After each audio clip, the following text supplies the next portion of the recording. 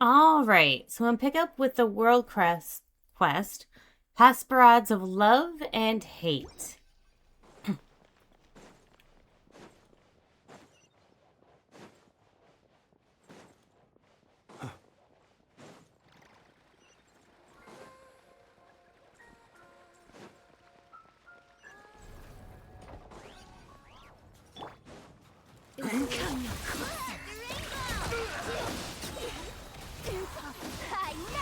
Beware the creatures of the night. You didn't drop any, but activate the waypoint. Don't think that was there previously.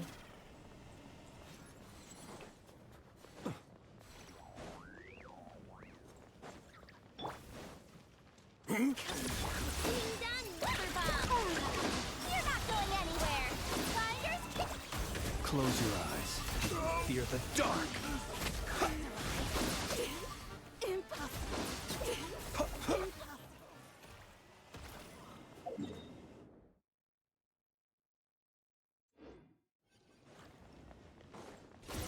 Defensive mode engaged. Annihilation mode.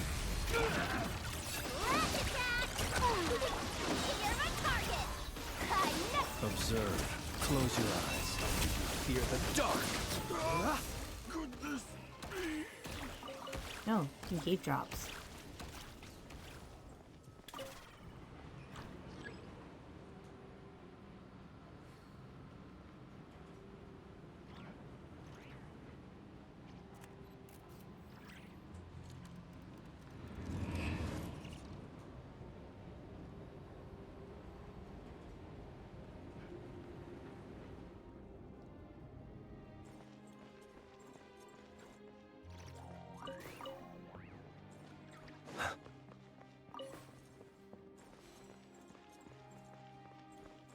He did drop something. Okay.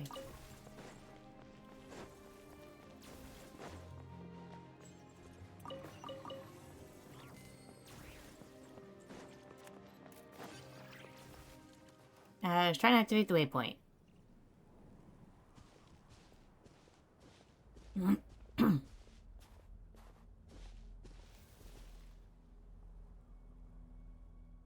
Is that lightning frozen solid? Traveler, remember what Aglia told us on the day Larissa died? The blizzard raised by her fury could freeze even bolts of lightning mid-fall? Could this be what she meant? And it seems the final stage of the ritual lies at the summit, above the clouds. Whoa, Traveler, watch your step on the way up, okay? And if you can't help looking down, Paimon will cover your eyes for you.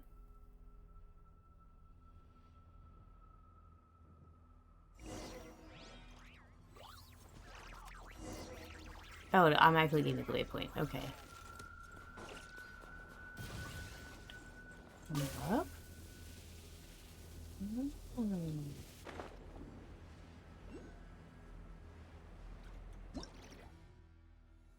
A lightning rod branch created from prime ice using a really special method, having captured the power of Electro within said ice. After drawing lightning to it, you can follow the resulting prime ice toward upwards and onwards.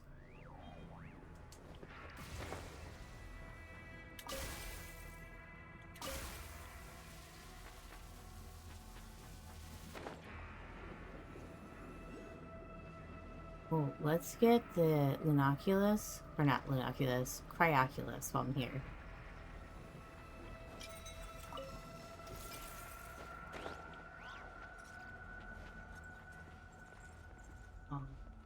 Shoot.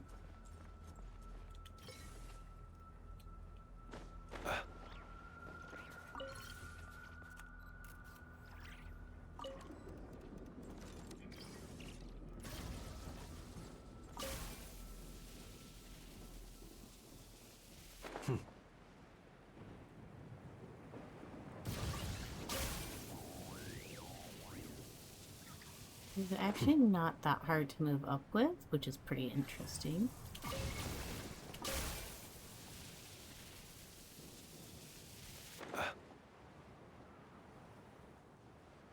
Did someone build that? What is it? I don't know what it was. It was something. What the fuck? Why is there a gust? Don't want the gust.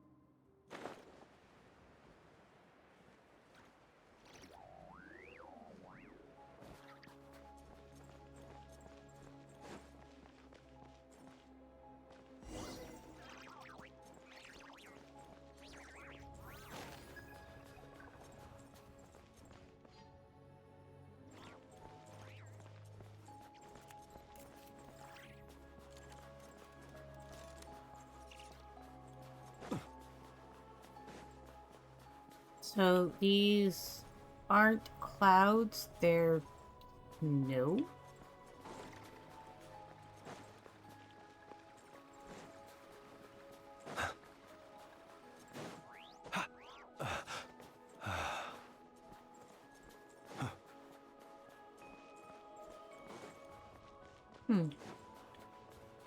If you hear barking in the background, that's my dog. I don't know why he's barking.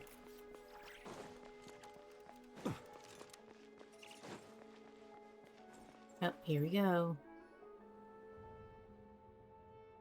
The two of you were not invited. But I have an invite on me. An invite. I see. Though the two of you weren't meant to be invited, this altered fate has named you intruders all the same. What would Koshiki say if he were here? He would say something like this was bound to happen. But the bow has already been drawn and the arrow is set. Fate has carried us here, and there is no turning away from it now. I'm finally free. You have taught me all I know, Pavlina, and the ins and outs of your traps are no news to me. Where did you come from? Never mind that for now. The ritual mustn't continue. His power mustn't be sacrificed this way. And once we accomplish that, I have a score to settle with her, too. Fight time? Fight time. Witness this great ritual of transcendence. Ding dong water bomb! You're not going anywhere! Hand it out! The night comes. Observe. Night falls. Close your eyes. Night falls. Preparing for dust up. Defensive mode engaged. Dead. You took his power away from me just for the sake of your people. But are they really worth it? Are they really worth betraying that world His Majesty has promised? You should have had a better future. Or we should have had a better future. Her people are my responsibility. My burden to shoulder. A better future? It might have been so for you, but for us, that would have become yet another prison. Askinia, you seek a tomorrow, a place of eternal joy and flow, and a world of everlasting love. But what about us Fae, and those without love? They will be reborn in a new courtyard. No, Ashkinya, they won't. Both you and I know full well that the cycle has run its course, and there will be no new civilization henceforth. There will be no new creation, no more. All that remains to us is the shifting and the remaking. The door is one that we will never pass. It is but a pageant leading to the executioner's blade. Yet I must, for the sake of my friend who perished to pursue that absurd notion of love, for her sake alone, seek a way that even my people may find meaning in loves born of artifice. But it appears that this isn't something all of your people can comprehend, Pavlina. You say that they are your responsibility and your burden. It may well be likewise for them. I'm speaking of the burden part. The ones who love, the ones who are loved, will always be burdens to each other. But how about you, Askinia? Have you ever given him a chance to choose his path? He will come to understand. Once upon a time, you told me that they do not know what is better for them. But I must say, you are no different than them. Perhaps we are all so. A price has to be paid for that tomorrow. That should come. A price and a sacrifice. You have all chosen the paths that we thought were the best. As for where those will lead us to, is not something I can predict. You have won this, Askinia. Go on, claim the spoils of your victory. I am aware of that, but I have never hoped for your loss, Pavlina.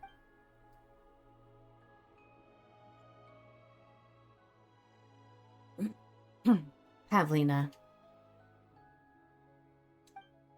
She disappeared? But she did not vanish entirely. She has left this. The union ritual is complete. It's just that she did not manage to offer up that power. And that is why the parts of my body that were fragmented and fragmentized again recrystallized after the ritual. That is correct. It is fortunate that we managed to stop Pavlina. She was so close to success. Here, take this. What's this? This is the Eye of Gree, or rather, what was originally a part of the Eye of Gree's body.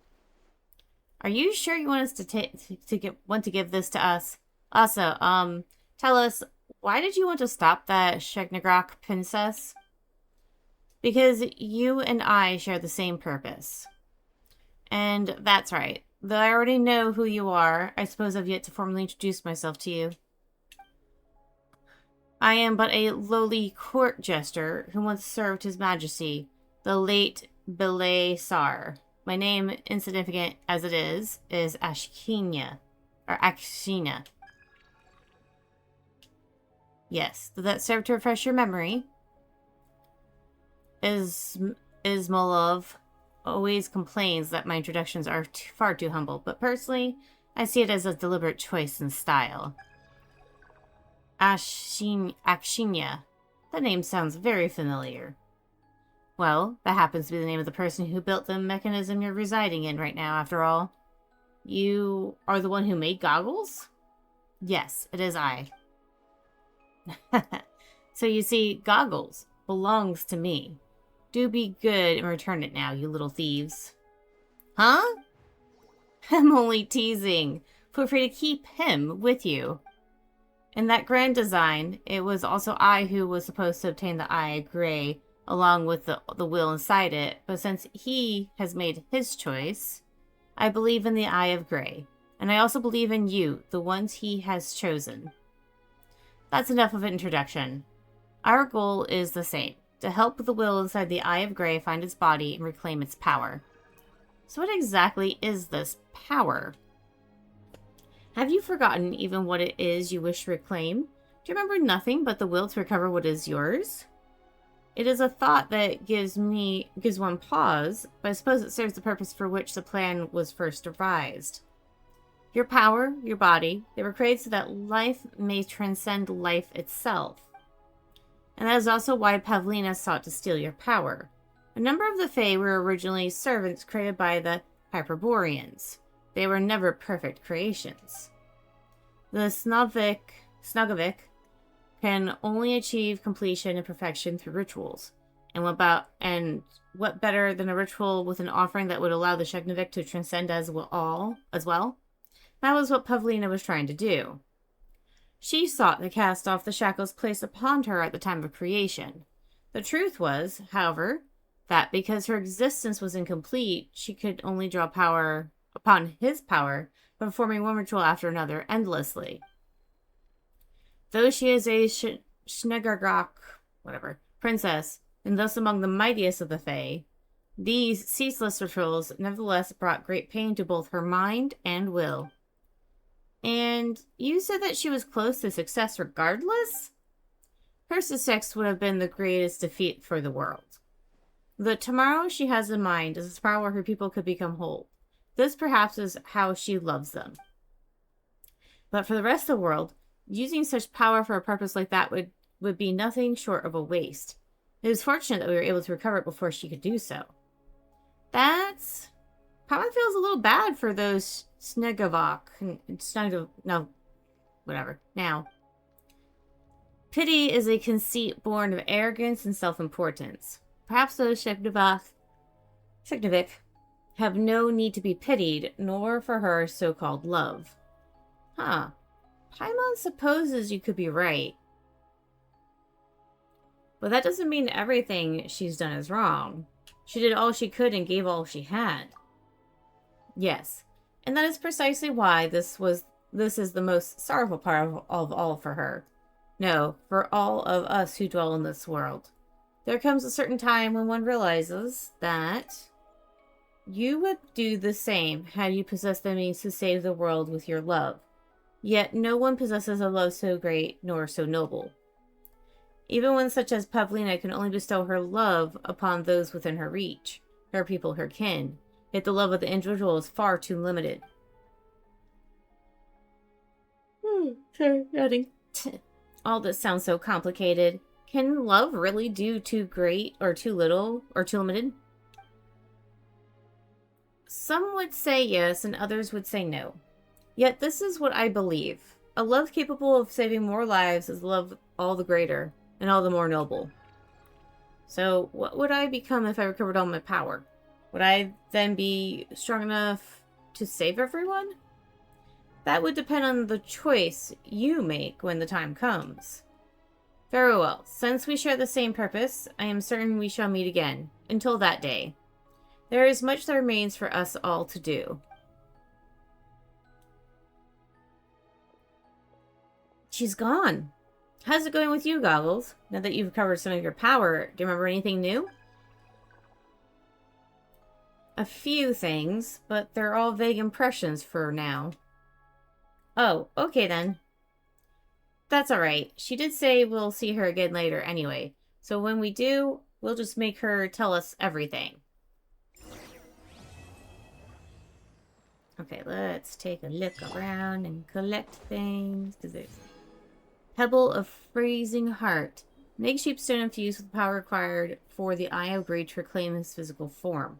Once used by the Fae Grand Duchess Pavlina to remedy the inherent flaws of the Fae.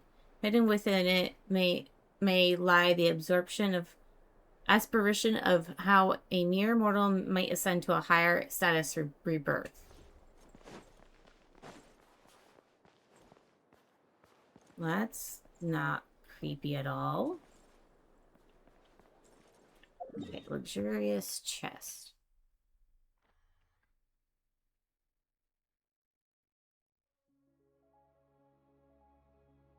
wait, I need to switch to that one. Curious chest. This. That is the one. Mark.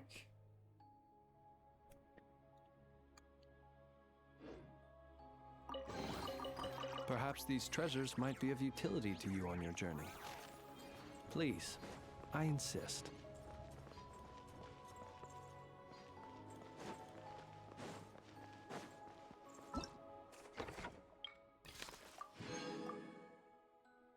That's complete now.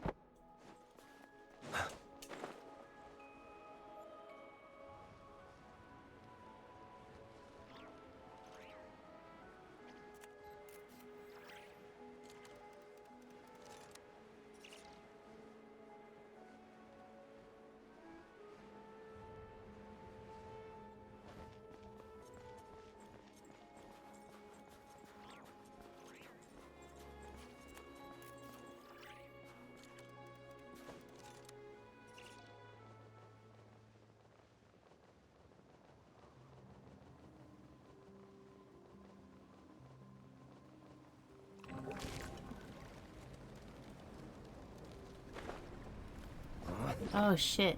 Okay then.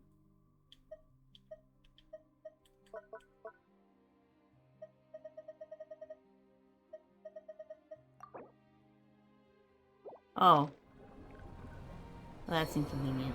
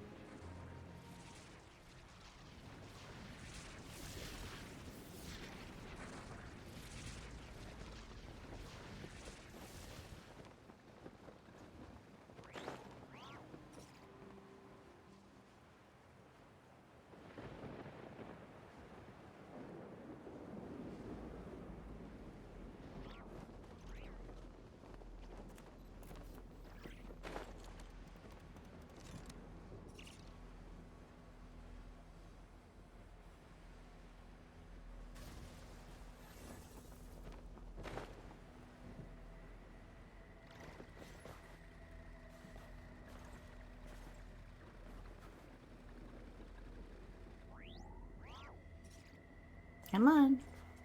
Thank you.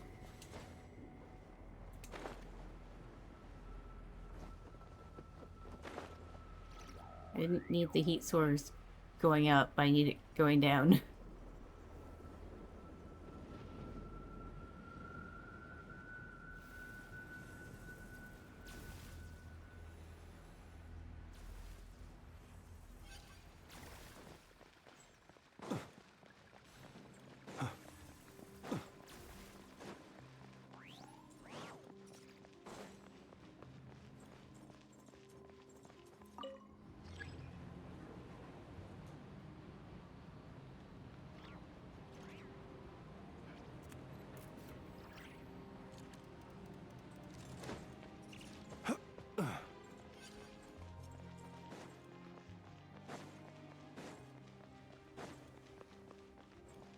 Interesting.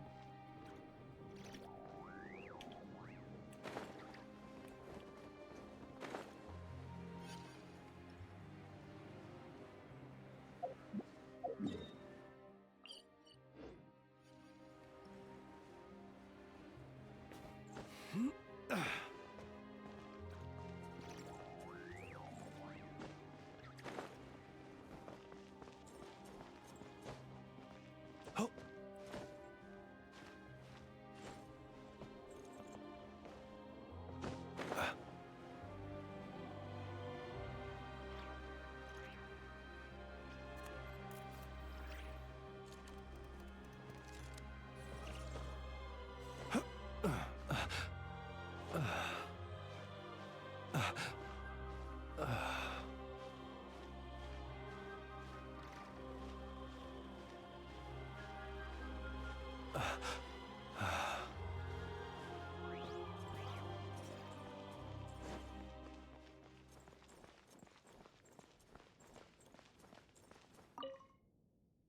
Sign of friendship.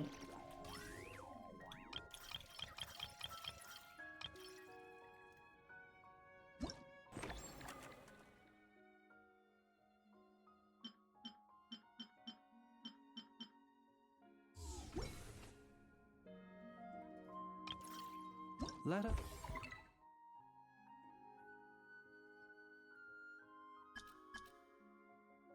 Have a modicum of patience for the richness and complexity of humanity.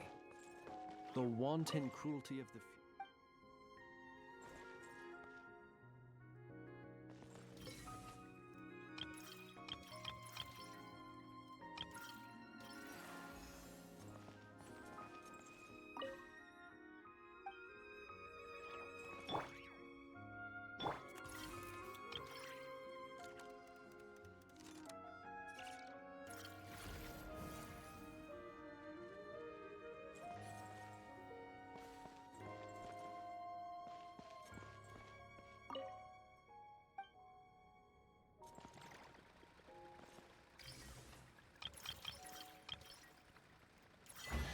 There we go. Solved it. Oh, hidden room also opened up.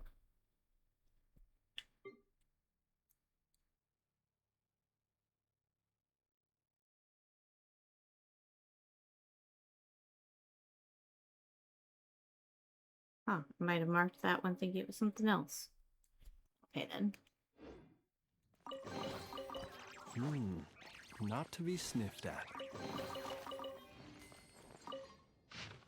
A yellow document that seems to have grown quite brittle due to an overly dry environment, written in a cold, stiff hand with almost no variation.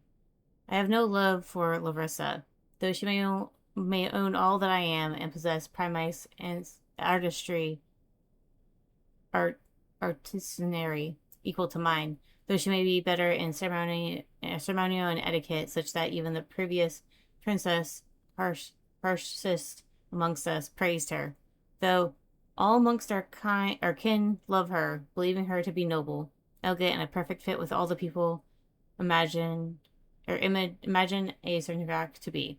She is a Snegovic among Snegovic, ever so perfect and impeccable, but I do not like her.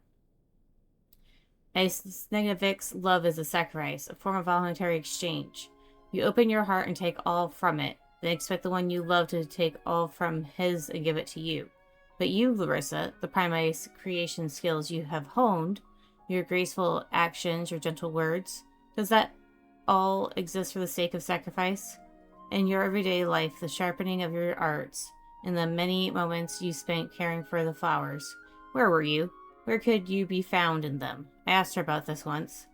But she was not offended by this question. She simply looked at me with an expression I could not name, yet one that was almost sad and void. Your heart is sealed, Pavlina. The greatest misfortune you could befall one living in this world is to love no one at all. But I must sacrifice all for the person I love. If that is the case, I would rather not love anyone. Gentle words and sorrowful gaze she turned upon my doubts. All of it angered me. Indeed, I have no love for her. The one who leads the Shevnovik must have a complete soul. Such was the instruction of our answer, Morovna. And there is but one way for a Shevnovik to possess a complete soul. That is to seek true love.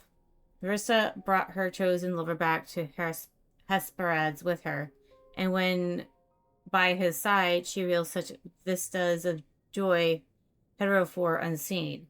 Does that really make her so happy? The decision she made is choosing her lover. Did she make it as part of the path our princess must take? Or did it come from the heart?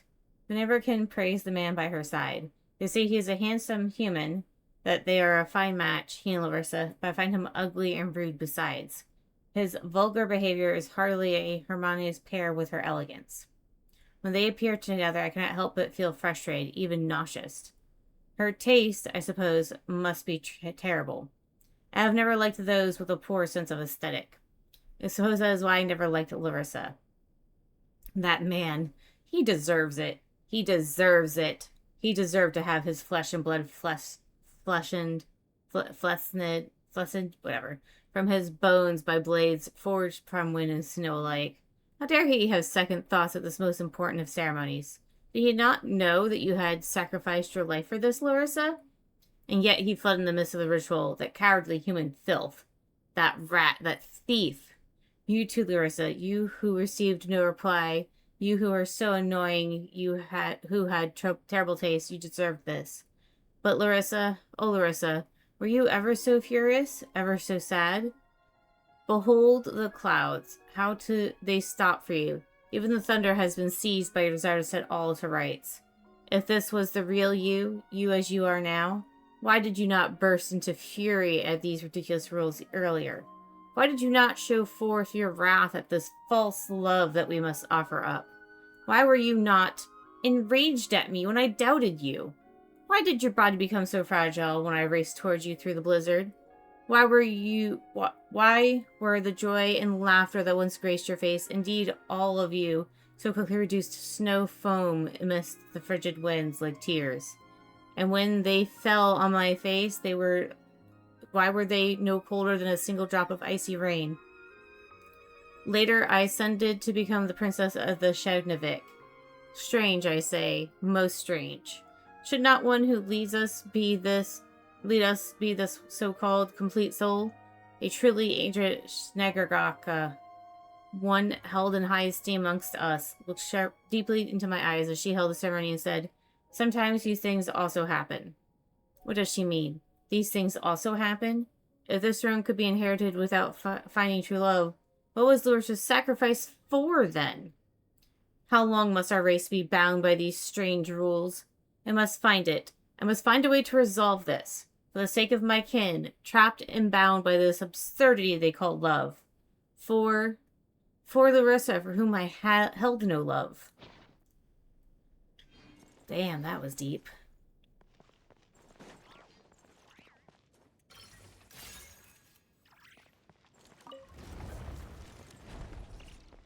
Okay, that's where that door leads.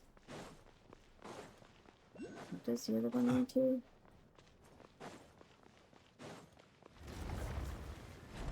Oh, the other side of the thing.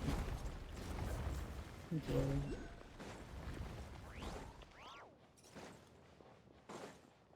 you.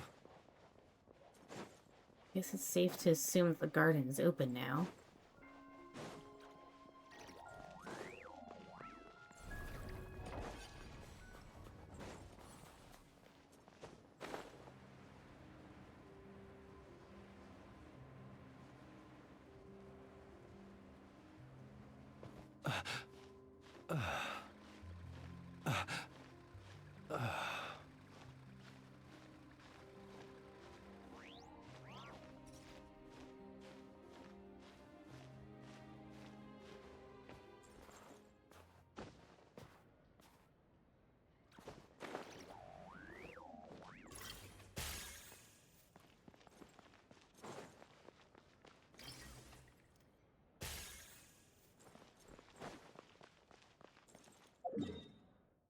Oh, the garden's further that way, that's why. Okay.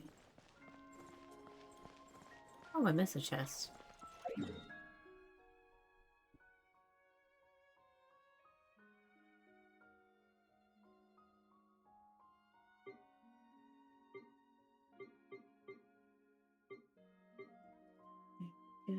This one.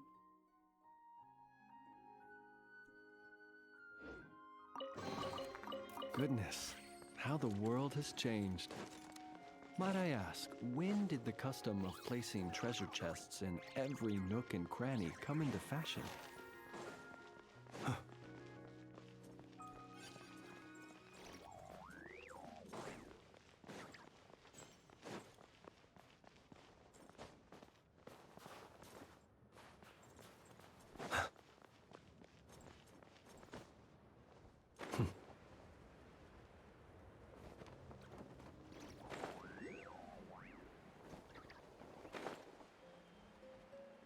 Each time the snow falls, that is the call of Snezhnaya, the land whence I hail.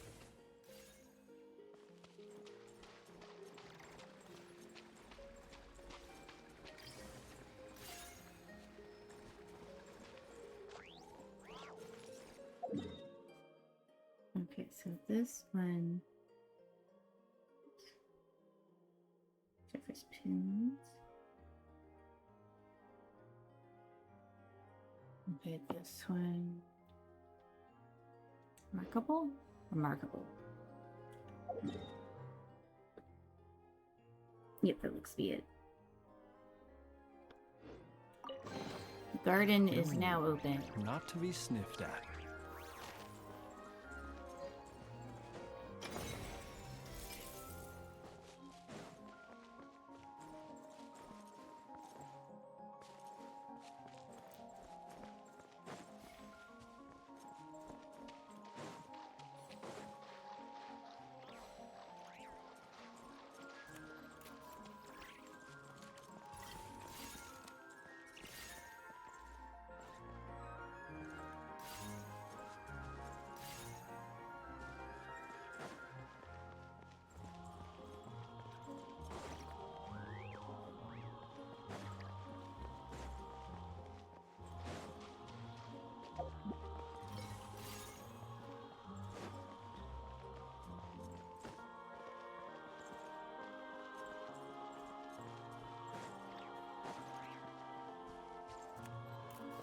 It is a precious chest.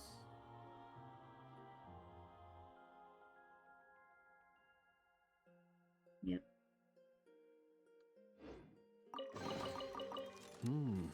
Not to be sniffed at.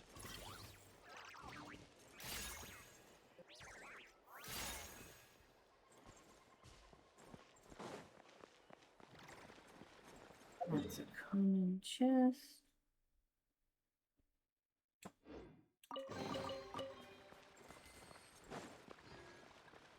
And then this is the luxurious chest I skipped getting. Goodness, how the world has changed. Might I ask, when did the custom of placing treasure chests in every nook and cranny come into fashion? Seems like I'm still missing a few chests. But it seems like for the most part I got everything here. I haven't made the treasure compass yet, so I'll worry about collecting the rest of it another time. What's my progression for this area? That's quite a bit. Alright, so that's going to be the end of this segment of the Hesperides of Love and Hate. And I'll see you guys later.